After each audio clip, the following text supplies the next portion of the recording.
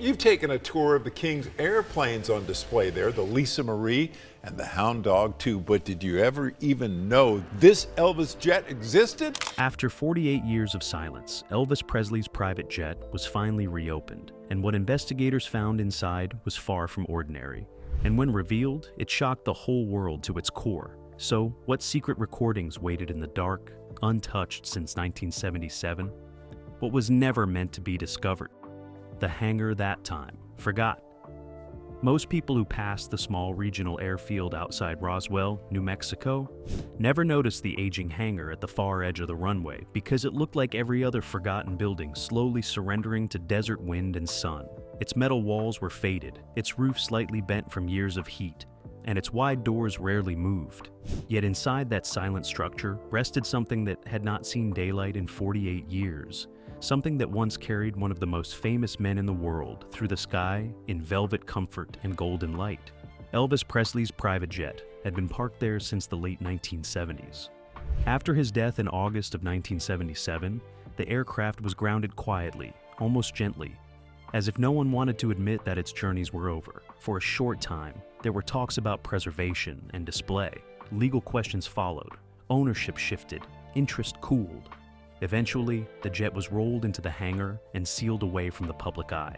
Inside, the cabin had once been designed like a flying lounge. Red velvet seats lined the walls.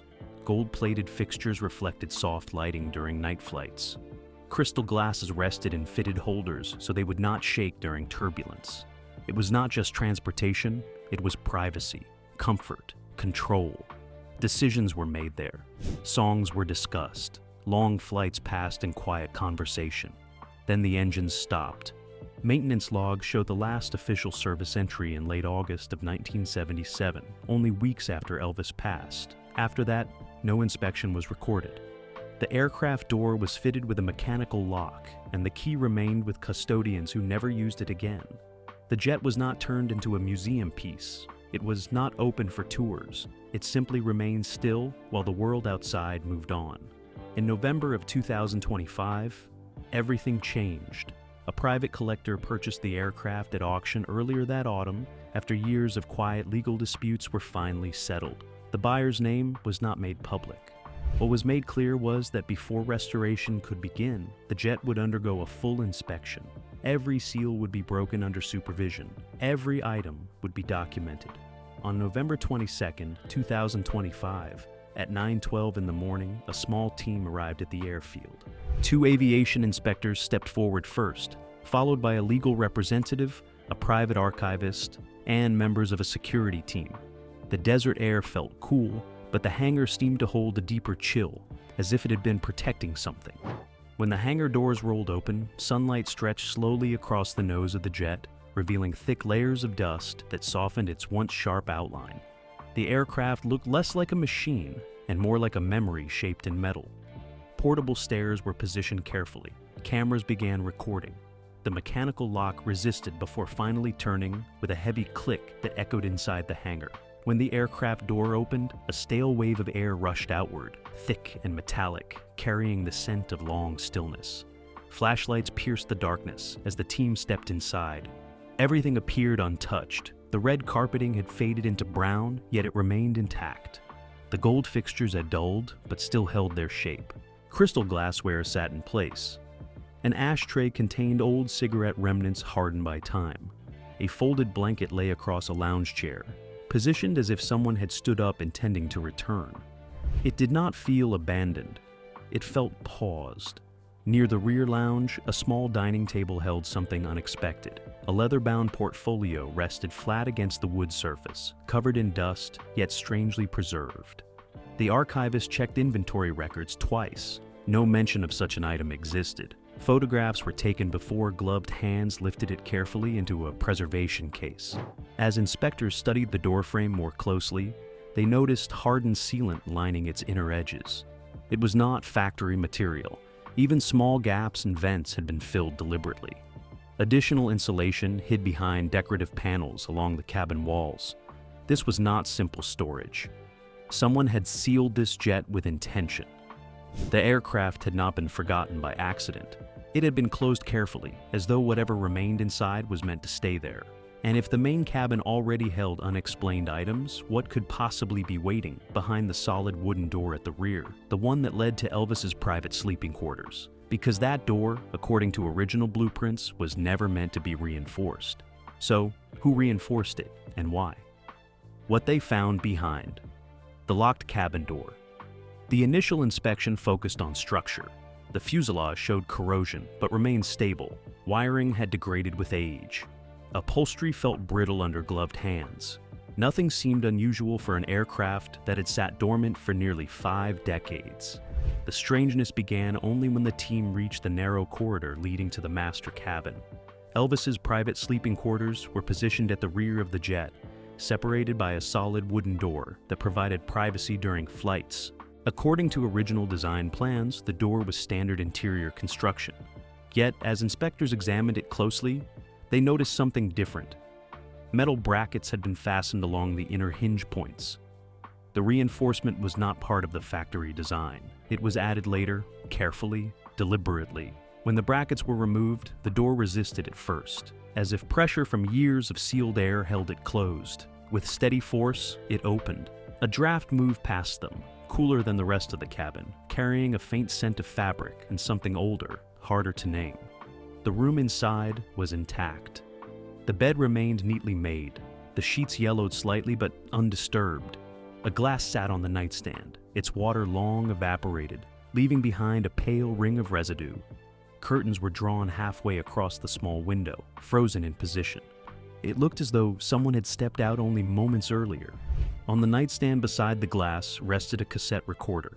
The archivist checked the serial number and confirmed it dated to early 1977. Inside the recorder was a tape. No maintenance record listed it. No evidence log referenced it. The device was removed carefully and sealed for preservation. Across from the bed stood a wardrobe closet. When opened, it revealed 3 garment bags hanging evenly spaced. Inside were stage outfits, pristine and unworn, still wrapped in protective covers. Handwritten tags were attached to each one, listing tour dates scheduled for late 1977 and early 1978. Tours that never happened. The presence of future stage costumes inside a grounded aircraft raised quiet questions among the team. If plans had been in motion, why were these items never removed? Why were they left inside a jet that would never fly again? Beneath the small window, a built-in desk extended along the wall. One inspector pulled open the top drawer and found a stack of sealed envelopes arranged neatly in a row. Each envelope bore Elvis's handwriting. Each was addressed but never mailed. The dates written in the corner were from July of 1977, only weeks before his death. The archivist counted them slowly. Several were addressed to business associates. One appeared directed to a family member. None had been opened. None had been recorded in any archive. The discovery shifted the atmosphere in the cabin from curiosity to unease. This was no random collection of forgotten belongings. These were deliberate placements, preserved by a reinforced door and sealed air. As documentation continued, another detail emerged. The ventilation inside the master cabin had been sealed from within, separate from the rest of the aircraft. The additional insulation found earlier extended fully around this private space, isolating it more completely than the rest of the jet. It was not simply locked, it was contained. Standing in that quiet room, surrounded by untouched clothing and unmailed letters, the team understood that they were not just reopening an aircraft. They were stepping into a moment frozen intentionally in time. But the most unsettling question had not yet been answered. Why would anyone go to such lengths to preserve a private cabin exactly as it was in July of 1977? And what might be recorded on the cassette tape that had never been cataloged, never been heard, and never been meant for anyone else to find? The documents no one was meant to see. The envelopes were transported under security to a preservation facility where temperature and light were carefully controlled, and every movement was recorded. The leather portfolio found on the jet was handled the same way, sealed in a protective case and opened only once specialists were present. Nothing was rushed, nothing was assumed. What had remained closed for nearly 5 decades would now be read for the first time. Each envelope was opened slowly. Inside them were letters. Some were addressed to close associates whose names were well known in Elvis's professional circle. Others were directed to individuals that archivists could not immediately identify. One envelope stood apart from the rest. It was thicker, heavier, and carried only a short line written clearly across the front. To be opened if necessary. That sentence settled heavily in the room. The letters were not casual notes or friendly messages. Their tone was structured and deliberate, almost legal in style. Lines were measured, words were chosen carefully. Several pages referred to financial transfers and property instructions. There were mentions of recordings stored separately from official archives, described as private material not intended for release without specific approval. One letter described what Elvis called a private arrangement connected to aviation holdings. The phrase was repeated more than once, as though it mattered deeply. Another referenced contingency plans in the event of unexpected developments. The wording was calm, but something about it felt guarded. As experts reviewed the handwriting, forensic analysis confirmed authenticity. The ink matched the period, the paper stock aligned with supplies used in the summer of 1977. There was no indication of forgery. These were genuine. What unsettled reviewers most was the shift in tone across several letters. Elvis wrote about feeling watched. He wrote about contracts that were not what they seemed. He described obligations that extended beyond music, though he did not explain what those obligations were. The language suggested unease, yet it remained controlled. Then came the typed memorandum. It had been folded neatly among the handwritten letters, preserved as carefully as the rest. Unlike the others, it bore no signature. The paper was plain. The wording was formal. It referenced a meeting in May of 1977 between Elvis and unidentified parties regarding what it described as long-term protection measures. The phrasing was vague but carried weight. One line stood out immediately. Transportation assets must remain secured. Access strictly limited. Transportation assets. The jet. Archivists exchanged quiet glances. The memo did not explain who authored it or who attended the meeting. It did not clarify what required protection or from whom. Yet the directive was clear: secure the aircraft, restrict entry. Why would such language appear months before his death? Why was it never disclosed?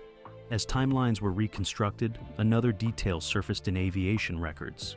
The jet had been scheduled for interior modifications in September of 1977. Work orders referenced structural adjustments and updated compartment fittings. Those modifications never took place. They were canceled quietly after August. After his passing, the phrase, "to be opened if necessary," became central to the investigation. When that thicker envelope was finally examined, it contained a single document. It outlined instructions regarding the aircraft itself. It directed that the jet remain closed until certain conditions were met, though those conditions were described only in general terms. It did not say when. It did not say by whom. It simply emphasized preservation. As the archivists reviewed each page, a pattern became impossible to ignore. The letters suggested preparation, not panic. They described arrangements, not confusion. They pointed toward plans that extended forward in time rather than ending abruptly. And if plans were in motion during July of 1977, then what exactly happened in August? Because the documents did not read like farewell letters. They read like instructions left behind. Instructions connected to an aircraft that had been sealed deliberately and left untouched for nearly half a century. But if the paperwork hinted at preparation, then the cockpit logs would soon reveal something even more difficult to explain. What if the jet had not simply been grounded after his final flight? What if it had been made ready for one more departure no one ever reported? The final flight. That raised questions of official records show that Elvis's final confirmed flight aboard the jet took place on August 12, 1977. The aircraft departed from Memphis and returned the same evening. That date has long been accepted as the last time he traveled in the air. For decades, no one questioned it, until the cockpit was examined. During the inspection, technicians carefully removed access panels and reviewed maintenance logs stored inside the flight compartment. Most entries aligned with known schedules, routine checks, standard servicing, nothing unusual for an aircraft nearing retirement. Then one page stopped them. An unsigned entry dated August 15, 1977, one day before his reported death. The entry referenced fuel calibration. It was stamped in the usual place, consistent with prior documentation. Yet there was no corresponding flight plan filed with aviation authorities. No official air traffic control logs recorded movement on that date. According to public history, the jet never left the ground. If the aircraft had not flown, why adjust fuel systems? Fuel calibration is not a casual procedure. It prepares a plane for accurate range measurement. It ensures proper distribution during flight. It suggests readiness. Investigators search for handwriting comparison. The entry did not match the primary pilot's script. It did not match known maintenance staff. The signature line remained blank. Who made it? Further inspection revealed something even stranger. Beneath a removable panel near the navigation console, technicians found faint pencil markings. At first glance, they looked like routine notes. Once copied and plotted, however, the numbers formed geographic coordinates. The location pointed to a remote stretch of land outside Santa Fe, New Mexico. There were no public performances scheduled there. No business engagements known, no recorded meetings tied to that area in August of 1977. The region was quiet desert and open terrain. The presence of those coordinates reopened rumors that had never fully disappeared. Stories that Elvis had spoken about stepping away, that he felt pressure building around him, that he feared contracts or commitments he could not escape. None of those rumors had ever been supported by solid proof. Until now, perhaps. The cockpit showed no signs of forced entry. The markings were deliberate. The calibration entry was precise. Someone familiar with aviation systems had prepared that aircraft carefully in mid-August. Yet the world was told he passed away on August 16th. There is no verified evidence that he survived beyond that date. Official records remain clear. Medical findings remain documented. History has held steady for decades, but aircraft do not prepare themselves. Fuel systems are not calibrated by accident. Coordinates are not written beneath panels without purpose. Someone, in the days just before August 16th, was readying that jet for something. Whether that something was a flight never taken or a plan never completed remains uncertain. What is certain is that the jet was not left idle. It was being prepared. And if preparation was underway, then what interrupted it? Did events move too quickly for plans to unfold, or did those plans unfold in ways no one ever saw? Because if the jet had been ready to depart on August 15th, and if coordinates pointed to a remote destination, then one question remains impossible to ignore. Was the final flight truly the one recorded on August 12th? Or was there a departure that never appeared in any official log? The secret compartment beneath the floor. The discovery did not happen all at once. It came quietly during a routine structural scan, the kind performed to assess corrosion and wiring decay in aircraft that have sat for many years. Inspectors moved slowly through the cabin with imaging equipment, mapping density beneath the flooring to identify weak points. At first, nothing unusual appeared. The readings matched expectations for a jet built in that era. Then one section beneath the main lounge gave a different response.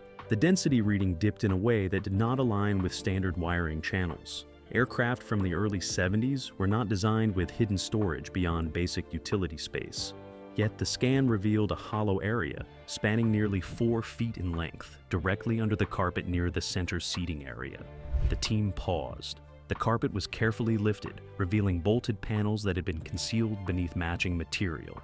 The bolts were not factory standard. They were fitted with a tool type not listed in the original construction manual. Each was removed slowly while cameras recorded every step. When the panel finally lifted, a narrow compartment came into view. Inside rested a metal container secured with industrial clasps. The surface showed little corrosion, suggesting it had been sealed tightly from the moment it was placed there. It did not appear accidental. It appeared intentional. The clasps were opened carefully. Inside were audio reels, not cassettes like the one found in the bedroom. These were larger studio-style tapes, each labeled in black marker. The handwriting was neat and steady. Dates were written clearly along the edges. Some extended into 1978. The room grew still. Elvis Presley officially passed away in August of 1977. Recordings dated later than that year raised immediate questions. Word of the discovery leaked within days, and speculation spread rapidly once media outlets reported that unreleased material had been found beneath the floor of his private jet. Experts urged caution. Tape labels, they explained, sometimes reflected intended release dates rather than actual recording sessions. It was possible the dates represented planned projects rather than completed work. That explanation offered some comfort, yet it did not answer every concern. Audio engineers were brought in to examine preliminary samples under controlled conditions. They worked slowly, cleaning and digitizing short segments to prevent damage. When the first clear playback filled the room, those present described an unexpected reaction. The voice sounded strong, clear, less strained than recordings from his final public appearances. Subtle differences in tone were noted. Breath control appeared steadier. The delivery carried a firmness that some experts said felt unusual for his documented condition during that period. None of this proved anything on its own, yet it deepened the mystery. Among the reels were not only songs, but spoken segments. In these monologues, Elvis spoke candidly about pressure surrounding him. He mentioned contracts that felt heavy. He described fear of betrayal without naming anyone directly. The tone was reflective, not frantic. It sounded like someone thinking aloud, aware that the words might someday be heard. One recording ended abruptly. The final clear sentence was simple. "If this ever comes out, it means..." The remainder dissolved into distortion. Technicians checked the reel for damage. The tape itself showed no visible break. The distortion seemed embedded in the recording, as though something interfered at the exact moment he finished that sentence. No further context followed, no explanation. The existence of the compartment itself raised as many questions as the audio inside it. This was not casual storage. Access required removing hidden bolts beneath fixed flooring. It was placed in a location that would not be discovered during ordinary maintenance. Whoever installed it understood aircraft structure well enough to conceal space without weakening integrity. This was not preservation. This was hiding. As investigators documented the final reel and resealed the container, one thought settled over the team. The jet had been reinforced. The cabin had been sealed. Letters spoke of protection and contingency. Now, hidden recordings dated beyond his death had surfaced beneath the floor. Each discovery pointed to preparation. Preparation for what? Because if those tapes were meant to remain hidden, and if they contained words that ended mid-sentence, then perhaps the most important part of the message was never meant to be heard, or perhaps it was interrupted. And if it was interrupted, who stopped it? Graceland's silent reaction.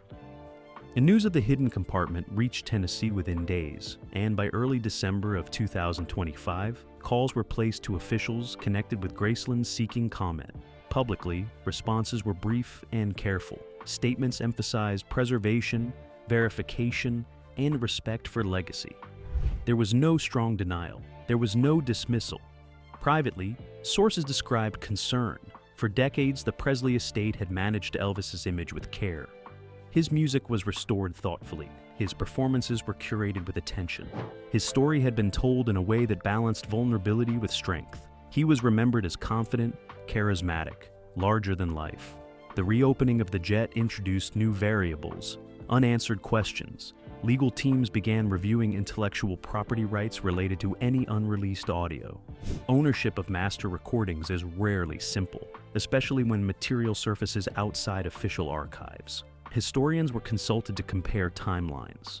Archivists examined handwriting samples again. Every step required caution. Public fascination intensified. Speculation moved faster than facts. Online forums debated theories. News programs replayed archival footage beside headlines about hidden tapes. The phrase 1978 recordings became impossible to ignore. Yet what stood out most was the estate's tone. There was no immediate claim that the recordings were fabricated. No sweeping statement declaring the findings irrelevant. Instead, representatives repeated one theme. Authentication takes time. Preservation is priority. Conclusions should wait. Behind closed doors, discussions reportedly centered on risk. If the letters and tapes revealed emotional distress or undisclosed fears, how would that reshape public memory? Elvis had long been portrayed as resilient even in difficulty, a figure who carried pressure but continued forward. The new material suggested someone thinking about contingency, sealing assets, and preparing quietly. Why? The jet had not simply been transportation. It had been a private space above the noise of crowds. Inside those walls, he could speak freely, he could plan, he could reflect. The reinforced door, the sealed vents, the hidden compartment beneath the floor, all pointed toward deliberate action. Someone had chosen to preserve those items in that exact place, Someone had ensured the jet remained closed. Estate advisors considered another possibility. If the material suggested plans that were never fulfilled, releasing it without context might invite more speculation than clarity. The phrase from the tape echoed in private meetings. If this ever comes out, it means what? No official answer emerged. Meanwhile, restoration of the aircraft was paused. Until every document and reel was analyzed, no interior modifications would proceed. The jet remained grounded, once again holding its secrets, though now under a brighter light. Visitors at Graceland continued tours as usual. Music played through speakers. Memorabilia filled display cases. Outside, fans still gathered at the gates. Yet beneath the surface, careful conversations unfolded about legacy and responsibility. Because the image of Elvis as the king had endured for generations, strong, magnetic, commanding the stage, the letters and recordings painted a more fragile figure, a man aware of pressure, a man considering protection, a man securing transportation assets in sealing compartments. The jet may have been his sanctuary. It may also have been his vault. And if that vault was designed to open only under certain conditions, then perhaps its reopening in 2025 was not coincidence at all. Perhaps it was timing. But timing for what? Because if the estate feared not scandal, but revelation, then the final question becomes impossible to avoid. What truth could be powerful enough to remain hidden for 48 years, yet fragile enough to reshape the story of a legend forever? Why the jet changes. Elvis's legacy forever. 48 years of silence ended with the turn of a single key, and what followed was not a simple reopening of an aircraft, but the slow unfolding of a story that had waited patiently in darkness. For decades, the jet had been treated as a relic, a symbol of fame and luxury, a flying reminder of a man who changed music forever. Yet once the seals were broken and the compartments revealed, it became clear that the true weight of the discovery had little to do with gold fixtures or velvet seats. What remained inside that aircraft was something far more human. The letters spoke of tension beneath the glamour. They carried the careful tone of someone thinking several steps ahead, someone preparing for possibilities rather than celebrating success. The typed memorandum about protection measures no longer felt abstract. It felt personal. The phrase about securing transportation assets no longer sounded like routine instruction. It sounded like a strategy. Then there were the recordings. The hidden reels beneath the floor shifted everything. They were not polished studio releases designed for radio. They were raw, honest, at times reflective, at times uneasy. The voice on those tapes did not belong to a distant legend carved in history. It belonged to a man aware of pressure building around him, a mind considering outcomes the public never imagined. Whether the unsettling element lies in conspiracy, secrecy, or simply the realization that even icons live complicated lives depends on perspective. Some believe the later dates on the reels will eventually find ordinary explanations. Others feel the sealed cabin and reinforced door suggest something deeper. Investigators remain careful not to claim what cannot be proven. Still, one truth stands firm. The jet was not abandoned, it was preserved, intentionally. Every sealant line along the door frame, every hidden bolt beneath the carpet, every carefully folded letter points toward deliberate action. The aircraft was not left to decay by chance. It was closed with purpose, as if it were holding material meant for a different time. The timing of its reopening nearly 5 decades after his death adds another layer to the story. Legal disputes resolved quietly. Ownership transferred, inspection ordered. The chain of events feels ordinary on paper, yet the result feels anything but ordinary. After 48 years, the cabin opened at a moment when technology could analyze ink, audio, and structure with precision that did not exist in 1977. If the jet had been opened earlier, would the findings have been dismissed as rumor? If it had remained sealed longer, would the materials have deteriorated beyond recovery? That the intersection of time and discovery feels almost precise. Legacy is fragile. For years, Elvis Presley has stood as a symbol of talent, charisma, and cultural power. His story followed a familiar arc of rise, fame, pressure, and tragic loss. The jet complicates that arc. It introduces preparation where the public sees finality. it reveals caution where many assume surrender. Perhaps the most haunting element is not proof of hidden flights or secret destinations. It is the glimpse of a man aware that circumstances were shifting around him. And if this jet was sealed to protect something, then one question will linger far beyond headlines and speculation. What else was placed carefully out of sight, waiting for a future moment when the world would finally be ready to look?